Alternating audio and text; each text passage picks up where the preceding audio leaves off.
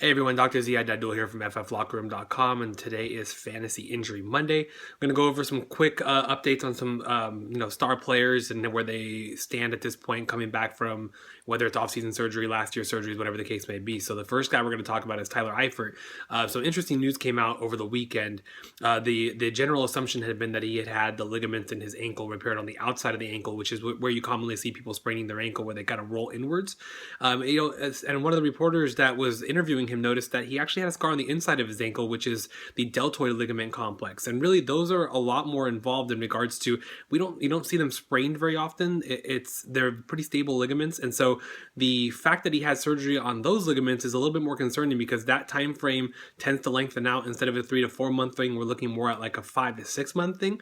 So that would put us 5 months, puts us somewhere in the early to mid part of October. So the fact that he's on the PUP list right now, not a big deal. That happens a lot with the guys coming off off-season surgery, but that may be something to watch out for because he may end up being put on the PUP list. And again, it's all speculation, but it wouldn't surprise me at this point, knowing what the injury is now, to see him put on the PUP list heading into the regular season too, which would guarantee missing 6 games. Again, nothing confirmed. We haven't seen him cleared to cut and run and do all those things yet, and a lot of his recovery will be predicated on how he does with those things. But just something to kind of keep an eye out for and watch out for, and make sure that you're looking at as we head into the season, especially the end of this month when we're doing our drafts. The next guy to look at is Le'Veon Bell. He's on the opposite end of the spectrum, doing fantastic, cleared to practice, was able to practice a few days in a row, no lingering swelling, no reported setbacks, nothing of note, in terms of him coming back. And he had a multi-ligament knee injury, and that's definitely a good sign. It's somebody that I think is going to benefit from obviously having those 4 games off. It's a bummer he's going to miss a quarter of the season, but having those extra 4 games, he's just going to be that much more ready to go once the season begins. So I feel very good about Le'Veon Bell, and I would have no problem, based on an injury standpoint, drafting him heading into the season. And the last guy is Julio Jones. So some speculation over the weekend.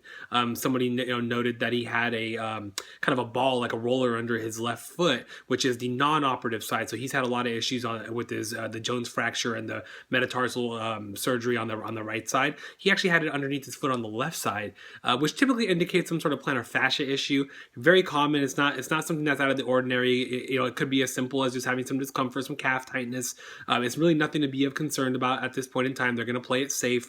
Held him out for a couple of days, which is not anything that you should read into at this point in time. If we get closer to the mid and the end of August and then we're still seeing this pattern, I would start having a little bit of concern. But at this point, good to go. Not really much to worry about at this point.